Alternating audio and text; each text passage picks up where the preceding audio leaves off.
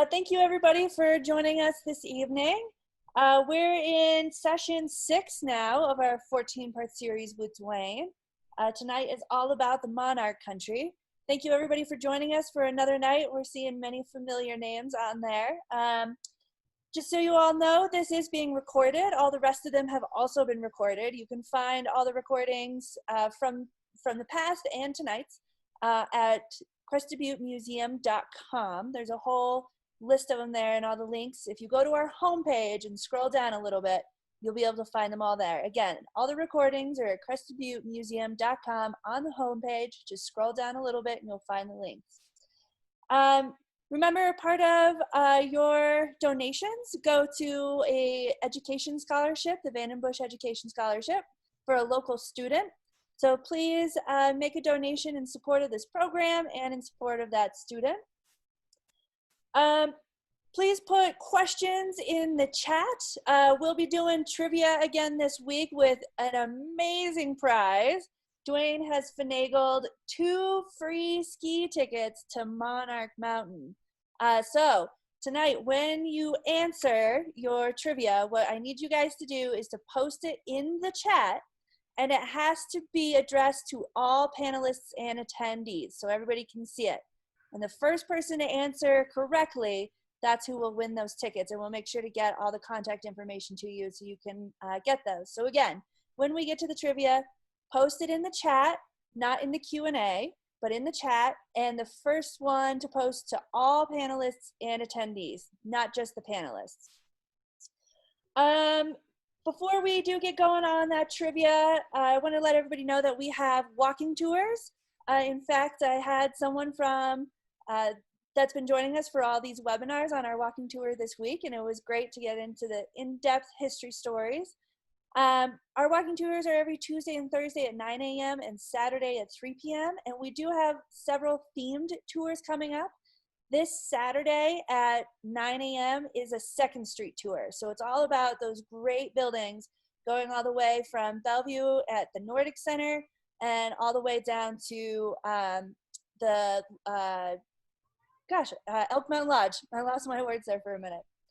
It's a really interesting street. So again, that's at 9 a.m. this Saturday. Sign up at crestedbuttemuseum.com. The other themed tours that we have is a railroad tour being led by Russ Lawyer. So you visit sites in the town of Crested Butte that all relate to railroad history. And that is happening August 19th. Let me make sure I get my dates right. Sorry, August 15th and August 29th. And again, those are 9 a.m. You can go to crestedbuttemuseum.com to find out more information, or you can give us a call at 970-349-1880. All right, Duane, I'll pass it off to you to take it away. Well, thank you very much, Nell. Just a quick note, Kaja Lindgren out in Steamboat says, I've lost audio. Anybody else having that issue? I don't think so, Kaja. It's probably on your end. I think everybody else is able to hear me. So I want to welcome everybody again for tuning in. We've now got about 350 people registered and on board. So it's very impressive and I really appreciate it. I want to mention the scholarship, which is going to benefit some young person, a boy or girl from the Crested Butte or Gunnison school system. So keep that in mind. Next week, the topic is going to be Gunnison and the Gunnison Country. Also, tomorrow, if anybody happens to be in the Lake City area, they got a pub crawl starting at 3 o'clock, and I'm one of 3 speakers.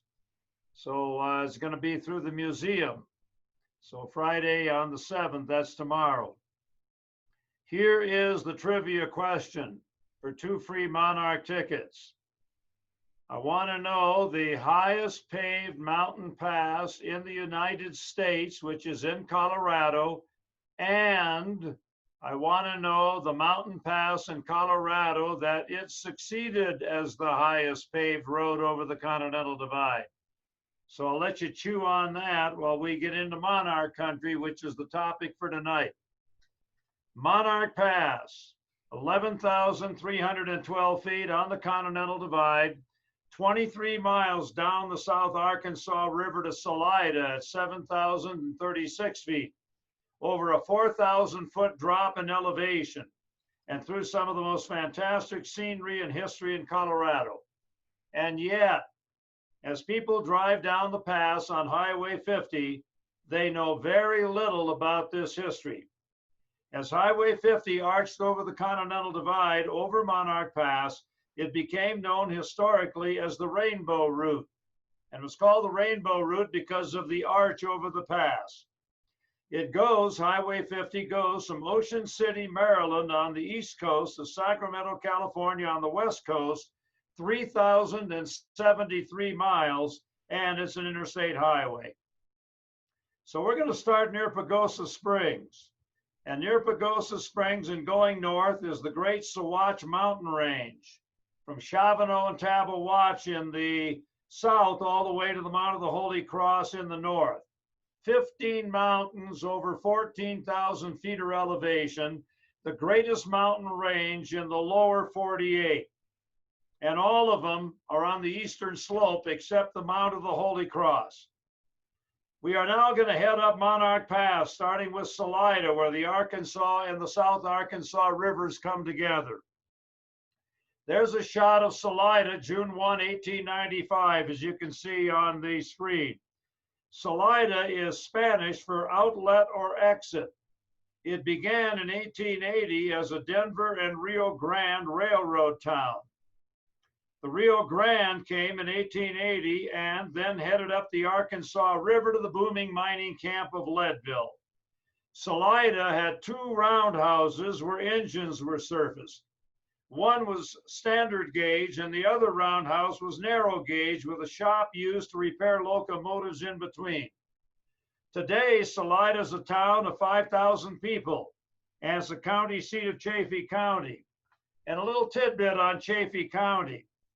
Chaffee County has the largest number of 14,000-foot mountains in North America, and the Continental Divide goes through it, and 77% of Chaffee County is federal land. Today, Salida has great mountain biking trails, great rafting on the Arkansas River with the Fib Arc Festival every year, and great access to the Monarch Ski Area. It also has a smelter that processed lead and zinc during World War I. The smelter had a huge smokestack, 365 feet high, to mitigate pollution. Today, it is still there and it's on the National Register of Historic Places. And you don't find too many places higher than 365 feet. West of Salida by a few miles is Pontus Springs, 7,474 feet in elevation. Pontus Springs began in the year 1876, and there are 99 hot springs that the Ute Indians loved. And you're taking a look at the late 1870s, early 1880s, and those 99 hot springs in Poncha Hot Springs. A great Spanish military man, Juan Baptiste de Anza, led 573 soldiers by the hot springs in 1779, chasing the great Comanche Indian chief Cuerno Verde. And he finally found him at Greenhorn, not far from present-day Rye, and he beat him in the Battle of Greenhorn. Cuerno Verde was also known as Greenhorn because of the green horns that stuck out above his headdress. Also, Zebulon Pike, looking over the southern area of the Louisiana Purchase Territory in 1806, he also passed by those hot springs. Poncha Springs, I said, began in 1876 and became very important early because of its location and the hot springs. And the thing that made it famous was it was the hub of railroads going in every direction. The Denver and Rio Grande came in from the east, from Pueblo and Canyon City, and then ran north up into Leadville. The main line of the Rio Grande ran west out of Poncha Springs, over Marshall Pass and into the Gunnison Country. The Denver and Rio Grande also ran 20 miles west up the South Arkansas River to the booming mining camp of Monarch. And finally, the Rio Grande ran south over Poncha Pass and into Alamosa. The Poncha Springs Hotel was built in 1878. 4 years later, it became the famous Jackson Hotel, which still exists today. The top population of Pontus Springs was 500, but it was soon eclipsed by Salida. A newspaper account of 1882 said this: from a rip-roaring town in 1881, Pontus Springs changed when the road was extended to Maysville. It relieved the town of the disturbing elements, and it became the most quiet and delightful of summer resorts. Another newspaper account described what I'm about to cover, and I'm quoting: from the new town of South Arkansas, that was the original name of Salida, to Monarch Pass, which is located at the head of the South Arkansas River, it is 22 miles. The traveler in going there visits first the town of Pontus Springs, 5 miles. Thence to Maysville, it is 6 miles. Then to Arborville, it is 4 miles. Then to Junction City, it is 3 miles. And thence to Monarch, it is 1 mile. From this lively camp to the summit, it is 3 miles to the top of Monarch Pass. End of quote. The next town up the South Arkansas River is Maysville, and that was named for William Marshall's hometown in Kentucky. And William Marshall, and there you get a good look at Maysville in 1880, and you can see the toll road running up to Monarch, the town of Monarch, many miles up the South Arkansas River. William Marshall discovered Marshall Pass. It bears his name today because he had an abscessed tooth when he was in Santa Fe. And he was desperate to get to a dentist a lot quicker than he ordinarily could get to a dentist by going to Denver. And he remembered a low depression in the mountains that he had surveyed. So he came to that depression, and even though he had that abscessed tooth, he spent a day on top of it taking barometric readings, and then he got to Denver to take care of the tooth about 3 days faster than the usual route from Santa Fe to Denver. His hometown in Kentucky was Maysville, and that's how Maysville got its name. 6 miles west of Pontus Springs, Maysville began in 1879 with the original name Crazy Camp because of its great red light district, which featured gambling, drinking, and prostitution, with ladies of the evening with names like Cat Futch and Diamond Tooth Leona. Maysville was also on the toll road that ran from Pontus Springs to Camp Monarch. And when the Denver and Rio Grande built through it in 1881, the population soared to 1,000. It was laid out and still laid out in a beautiful park. And it soon had a post office, a bank, 2 hotels, a lumber yard, 5 stores, 6 saloons, several dance halls, and 2 newspapers, the Maysville Chronicle and the South Arkansas Miner. It was a very important toll gate right at Maysville because not only was it the toll gate running up to Monarch, it also was the toll gate that ran over to Hancock and Chalk Creek, and another toll road that ran to the Chavano mining camp just to the north. The silver panic of 1893 caused miners to leave the South Arkansas country, and Maysville began to fade. Today, the Mountain Spirits Winery, owned by Dr. Michael Burkett of Salida, is there with top nationally known wines. And if you ever get to the Mountain Spirits Winery, they have a lovely park, a stream flowing by it. You got tables and chairs where you can eat lunch, and I give it a high recommendation. The Mountain Spirits Winery. Also, the old schoolhouse is still there in Maysville, built in 1882 and shut in 1939. It's been restored, and it still stands. And a sidelight.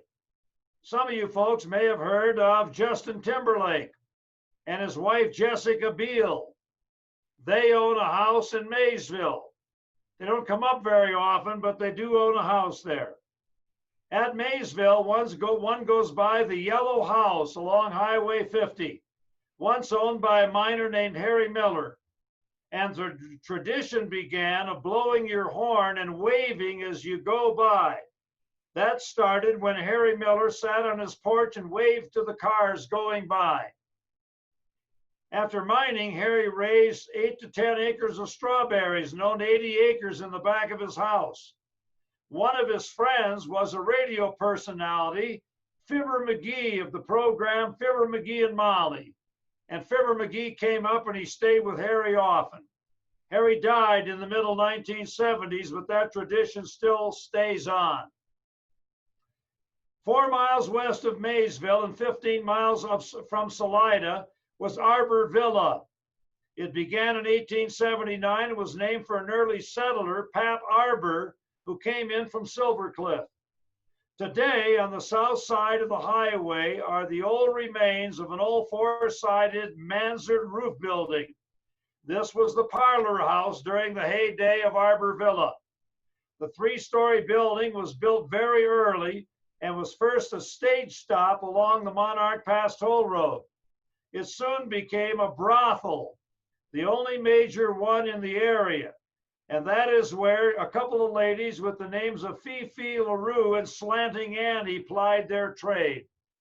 It also provided lodging for overflow guests of the Maysville Inn, which later on became the Yellow House.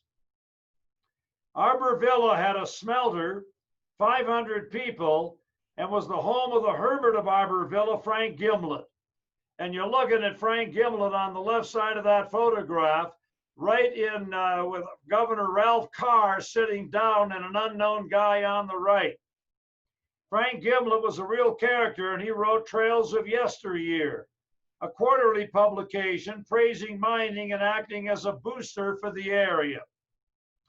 He wrote letters to the governor trying to get two nearby peaks, Chavano and Tabawatch, named for his favorite actress, Ginger Rogers, who they said did everything her partner Fred Astaire did, and she did it backwards and in high heels. And it doesn't take a genius to figure out why he wanted Tabawatch and Chavano named for Ginger Rogers. I won't go into it. Later, Gimlet sold artifacts on top of Monarch Pass.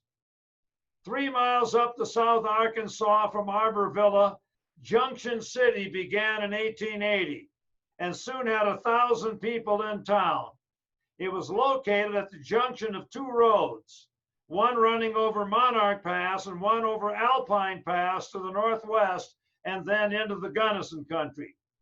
When President James Garfield was assassinated in 1881, Junction City was discarded for the new name of Garfield.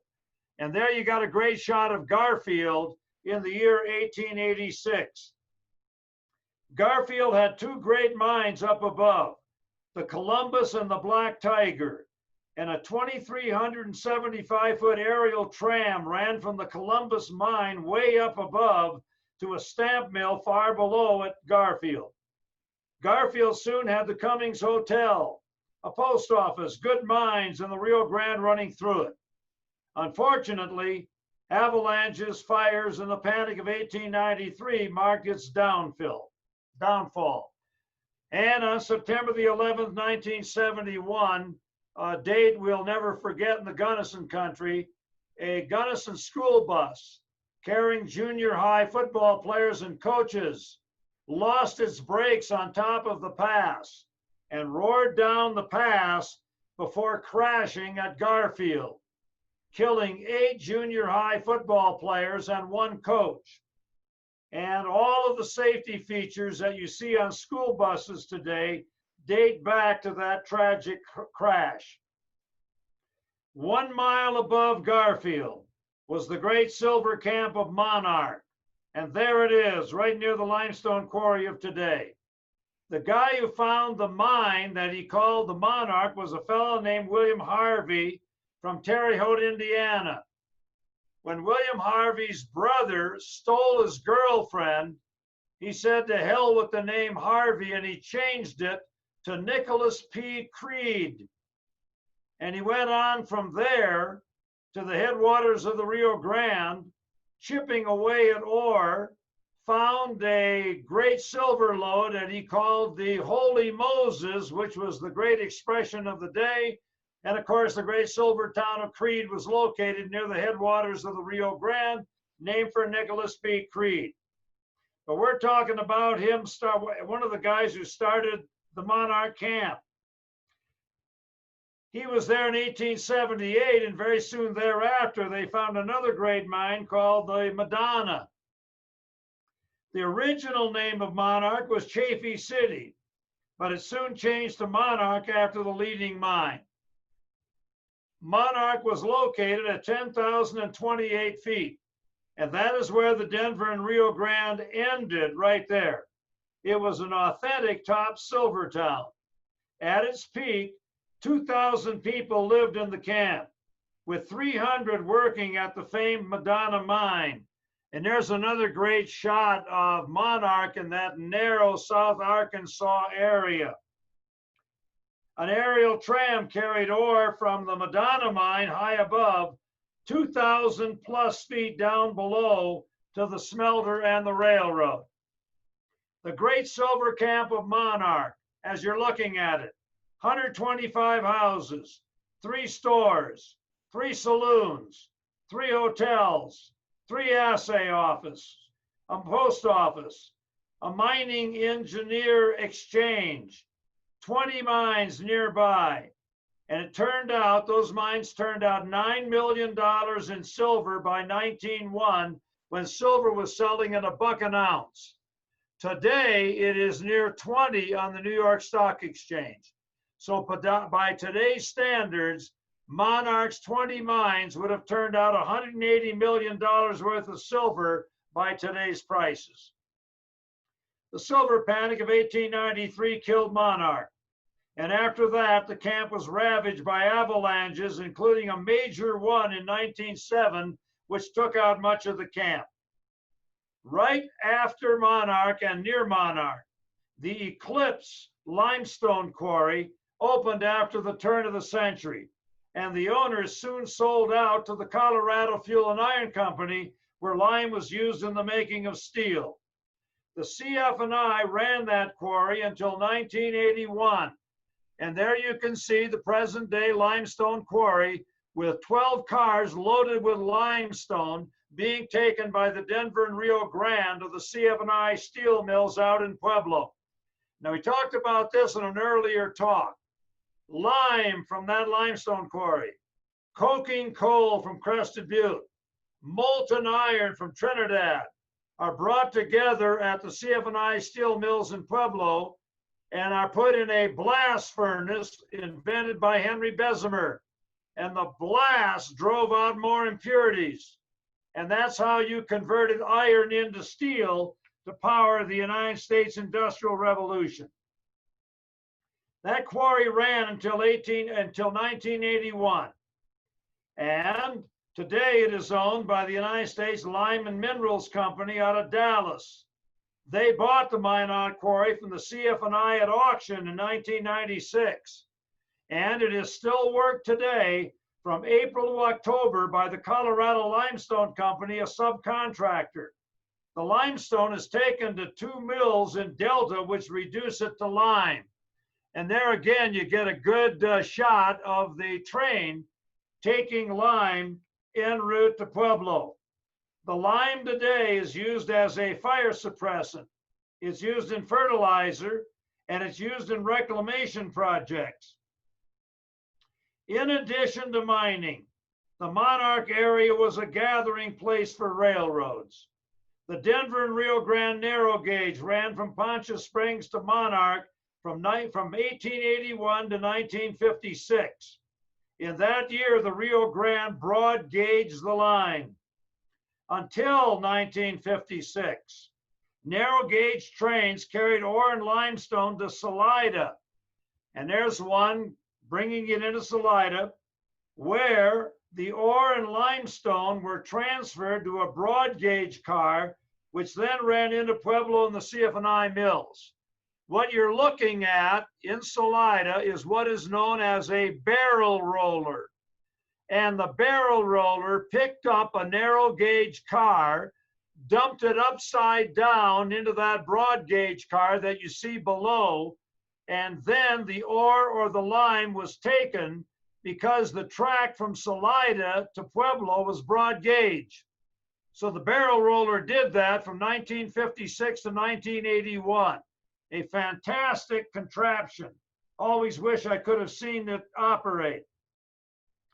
The rails were pulled out from Salida to Monarch in 1983. One of the most fantastic things about the Monarch Country is that there were 3 separate Monarch passes.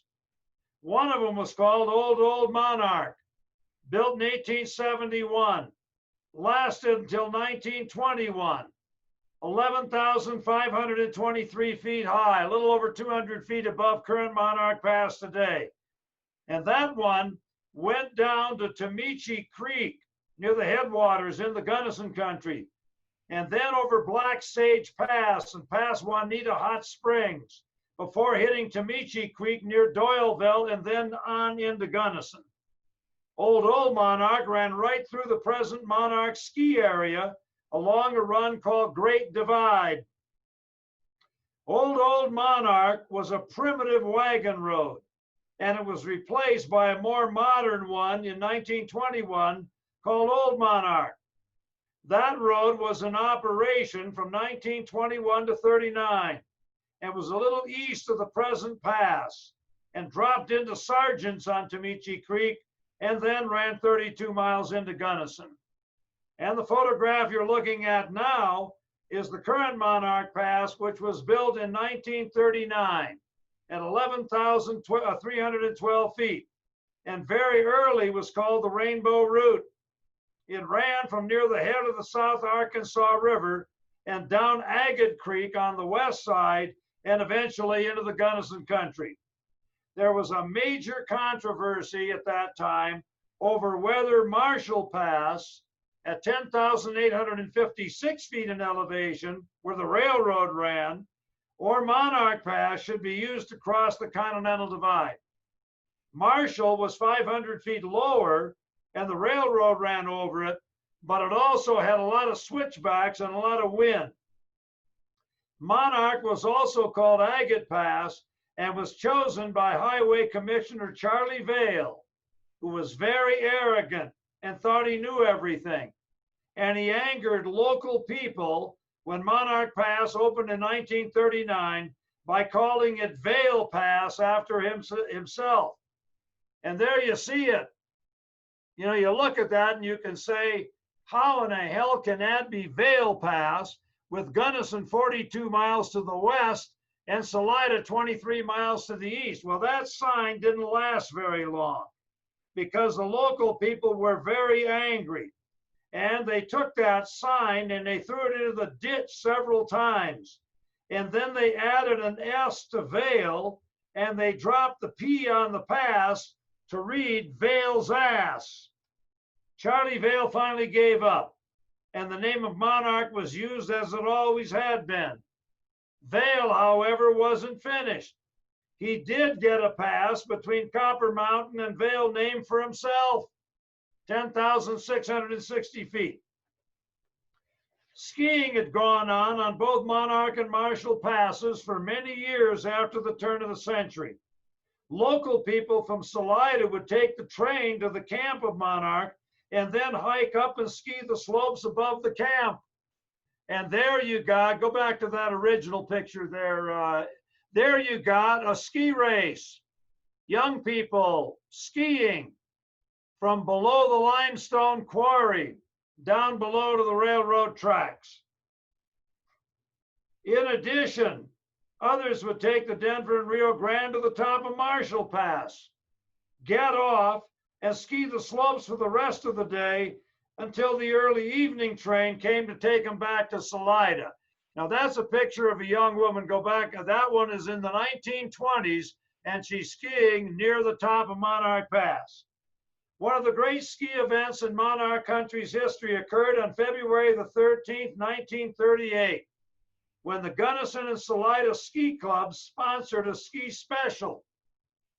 157 skiers came from Gunnison by train, 408 from Salida, 122 from the regular train to the top of Marshall Pass. Count Philip Dupree of Belgium and Thor Groswald of Winter Park gave lessons as skiers and tobogganeers skied and rode to the Chavano Switch, 5 miles down the west side.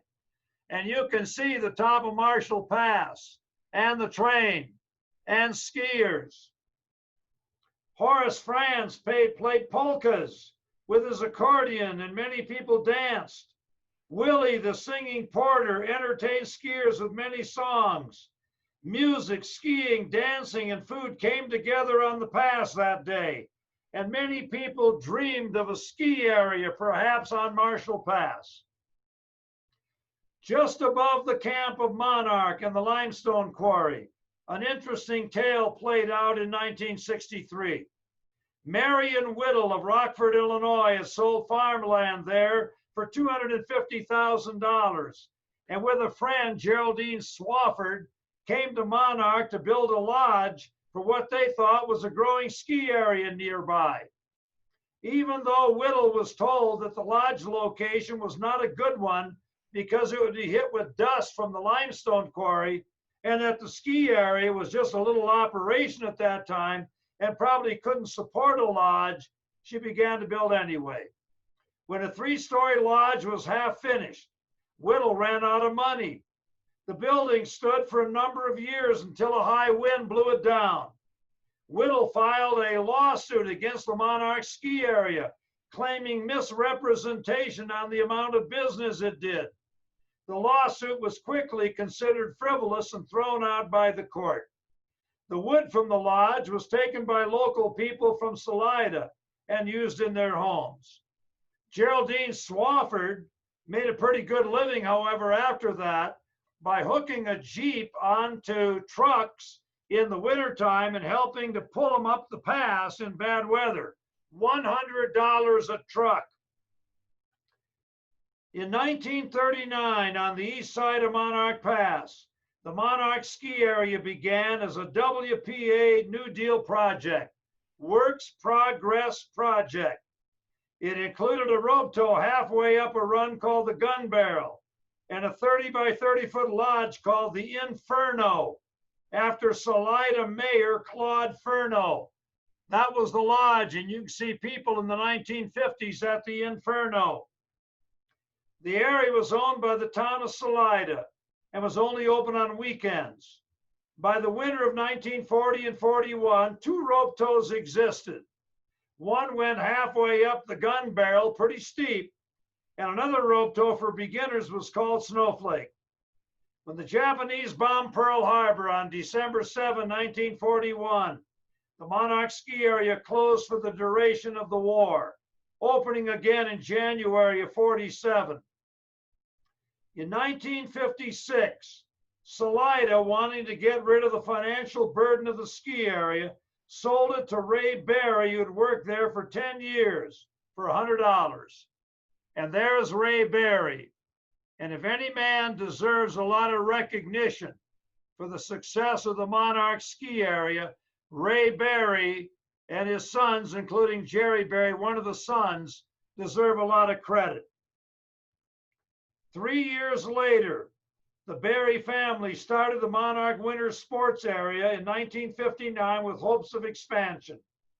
Monarch was open every day of the week for the first time during the winter of 1961 and 62. 7,000 skiers came that winter. The Western State Ski Team trained at Monarch in the early 1960s because the area always had snow before Crested Butte. The team set gates on the Gun Barrel and also built a jump there. Nordic skiers had a course set along the boundaries of the ski area. The coach of the Western State team was Sten Wick, 2-time Olympic coach. And one of the great skiers was Dave Gorsuch, an Olympian in 1960 and an alpine skier. In 1967, the Berry family sold the ski area to a real entrepreneur and character named Elmo Bevington for $132,000. Bevington, you can see him smashing a champagne bottle on the opening of the Breezeway lift in 1969. Bevington owned 2 beer distributorships, a paint company, an egg ranch, an antique car business, a jewelry company, fluorescent light bulb company, and was involved in many real estate ventures. His association with Monarch Country began in 1954 when he won a bid from the Forest Service to build a concession building, Monarch Crest, on top of the pass. Bevington also built a road above the Monarch Crest area, and he put in a glass observatory on top. He conducted jeep tours to the top, but when traffic became too heavy, built the Monarch Aerial Tramway, which went to 12,000 feet. There you can see the glass observatory at 12,000 feet and one of the vehicles that brought people up before the gondola. The tram would have 6 gondola cars and ran 1,440 feet with a vertical rise of 700. It still operates today with 13,000 people a year riding it. 250,000 visitors from over 100 countries stop at Monarch Crest every year. One of the top and most beautiful mountain bike trails in the nation begins at Monarch Crest, rises 700 feet, and then is a single track for 8 miles at 12,000 feet in elevation before descending on the west side of the Continental Divide into Agate Creek, or on the east side into Fooses or Green Creek. The bike trail is called Monarch Crest, and it goes for about 20 miles. Elmo Bevington also talked of finding a cave of gold near Garfield, and from the 1950s to 1980, took people on tours every 30 minutes for $2 on an electric train 2,500 feet underground into the Madonna mine. And there you can see a drawing of it. In 1980, the Environmental Protection Agency closed them down because of radon gas in the mine. Would not have been dangerous to customers, but to the guys working in the mine, it would have been dangerous. Bevington was one of the men most instrumental with Ray Berry in the success of the ski area. He cut new trails, put in ski lifts, and increased lodging and improved lodging. When he retired, Bevington financed a book about himself entitled The Man Who Amazed Himself, a real character to the very end. On the last day of the ski season in 1973, another Monarch legendary character emerged at the ski area. Fred Hawking accepted a challenge from mountain manager Jack Watkins to attempt to tuck or shoot the gun barrel. He accepted, and when he came out of the trees on top of the run, Fred was stunned to see a huge crowd down below cheering him on. Hawking took off in a tuck and roared down the steep run, barely clearing the creek at the bottom, and slid to a stop in the parking lot. 11 seconds top to bottom, getting up to 50 miles an hour. The crowd went wild, and from that time on, Hawking was known as Fearless Freddy. He did it again a year later, and this time it was filmed. Today, the Monarch Ski Area is one of the gems of the Colorado ski industry. It is one of the oldest areas in the state, ranking with Pioneer at Crested Butte, Wolf Creek, and Winter Park, and it's independent. It has an average of 350 inches of snow a year. It's all natural. The area has some of the finest cat skiing in the West and has plans to open a great new addition to the West called No Name Bowl. Monarch is also a family area and very affordable compared to the large ski areas nearby. It even has a popular tubing hill, which young and old both enjoy. And Monarch, and I like to say it for me, is free for anybody over 70, free skiing. One of the few areas in Colorado that allows it over 70. In 2002, Bob Nichols led a group of 15 men and women and bought Monarch. Since that time, they have poured millions of dollars into improvements involving buildings, lifts, new trails, parking lot, etc. Even with the coronavirus shutting down the area on March the 14th, Monarch had 176,000 skier visits this past winter. It's got a very bright future after humble beginnings 81 years ago. Above the ski area near the Continental Divide are the remains of the famed Monarch Pass game drive, a prehistoric system of boulder walls, hunting blinds, and ambush pits designed to lure big game to waiting hunters at about 11,500 to 12,000 feet. Bison, deer, elk, and mountain sheep were driven into these rock funnels by women and children, where they were killed by Native American hunters.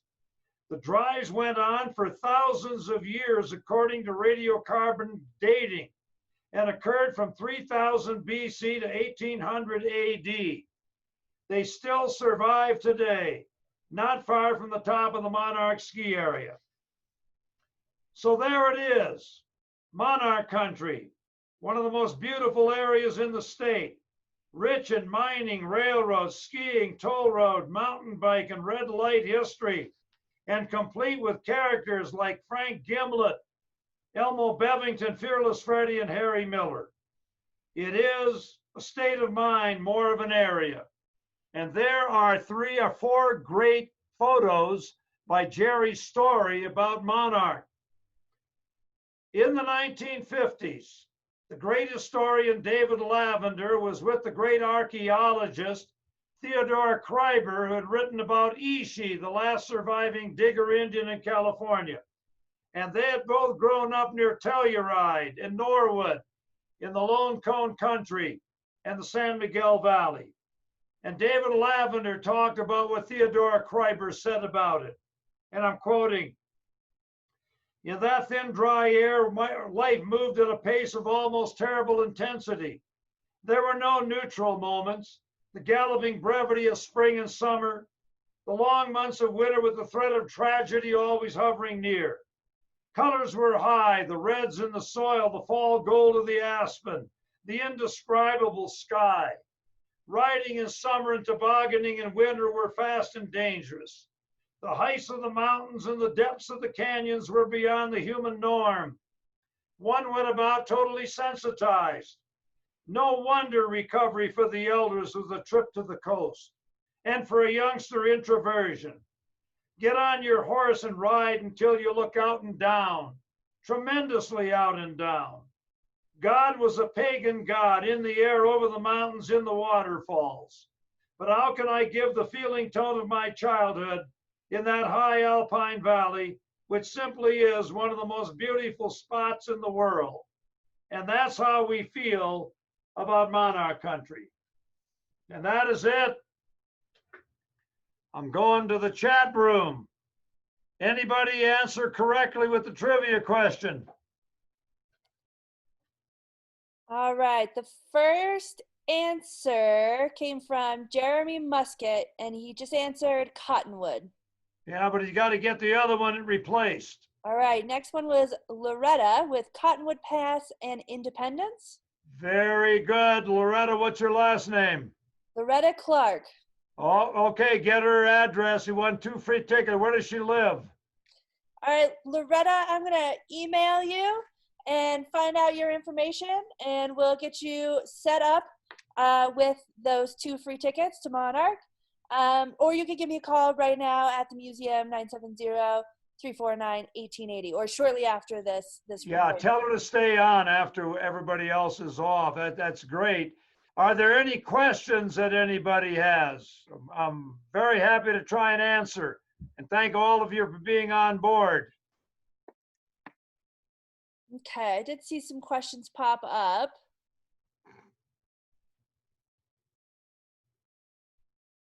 A lot of happy birthdays. Well, thank you. I'm 83 and I don't like to see them come anymore. I'm getting too damn old. Jeremy Simon asked, is the top of Trail Ridge Road actually the pass?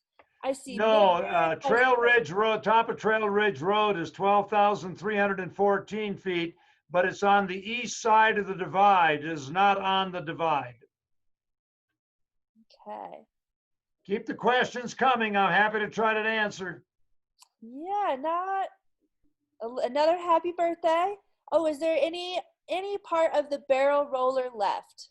Yes, I think in Salida, they still had it. It's not far from the museum. It was, my stupidity. I was here, obviously, for 19 years before the railroad shut down. I remember going across the highway, but I was too dumb to take pictures and go into Salida and take more pictures of the barrel roller. Unbelievable machine. The guy who invented that is drinking tequila with Jimmy Buffett out in Jamaica or in Kingston with his flip-flops on. While we wait for people to post questions, I want to remind everyone that we do have, if you want to keep learning more, of course, keep coming to these presentations, but we also have several themed walking tours this Saturday at 9 a.m. is all about 2nd Street, going from the Big Mine down to Newtown. And the other theme walking tour we have with Russ Lawyer, all about railroad history. And you're going to visit sites in town all relating completely to that. That's on the 15th and the 29th. So be sure to go to CrestedButteMuseum.com to sign up for those. Ryan Cadenhead asks, what's the earliest you remember skiing at Monarch? Well, I skied Thanksgiving of 1962. And I'd never having skied before on a run that would take me about 3 minutes today. I started at 10 to 10 and got down at 10 to 2, 4 hours. Because I had long thongs on, I'd go 50 yards and fall, and it was a horror. I didn't think I could ever ski. And then I saw two of my students named Barbara Stone and Judy Field coming down. They looked pretty good. And I said, by God, if those girls can do it, I can do it. And I got in a beginning ski class on the side of Mountaineer Bowl taught by Glenn Kress. That's how I learned. I paid my dues. All right. We all got to pay our dues, right? Yeah, the record snowfall on Monarch Pass was during the winter of 2007 and 8, 528 inches. That's a lot of snow. I want to say hi to Chris Sinden, my old athlete out in California, Carmen Fernandez, and of course the Wicks out in Steamboat. Thank you very much for being on board. Any other questions? Yeah, Don Johnson asks, can you explain the location relationship of Marshall Pass and Monarch? The relationship? The location relationship of Marshall Pass and Monarch. Okay, well, Marshall Pass was the pass used by the railroad, and Monarch was a car road. And a lot of people in the early days thought that the car road ought to parallel the railroad route because it was 500 feet less and a little less in distance. But as I said, Charlie Vale was very arrogant and thought he knew everything, so he picked what he thought was going to be Vale Pass. But obviously the people put down Vale's ass, threw the sign into the ditch, and they had to name it Monarch. All right. Chris Spinden asks, mining came and went. What is the current state of mining in these towns that you have mentioned? Well, there's no more mining going on in Monarch Country, except they're still mining the limestone from April to November. But Chris, I always tell people that even though mining is shut down, if the United States ever got in a crisis like a world war, a lot of those places would open up. But right now, now gold is selling at $2,000 an ounce. Silver's at 20 an ounce. So you're going to see a lot more mines begin to open at those prices. Bob Nichols asks, how many towns between Gunnison and Denver are named after presidents? Well, that's a question I always ask of everybody, and the answer is 4. If you're going on Highway 50 and then 285, we got Garfield, we got Johnson Village, we got Grant, and what else? Who can answer that in the chat? Johnson Village and Jefferson. Those are the 4. All right. Yeah, there, Kay got it. Any other questions? All right, while we're waiting for questions, question about the walking tour. Are they offered during this month only, or will they continue through the fall? The themed tours are only happening this month right now, at least those 3. We're trying to organize some more themed tours for September. However, the regular walking tours, which go up and down Elk Avenue and then go through the museum, they will occur through October every Tuesday and Thursday at 9 a.m. and Saturday at 3 p.m.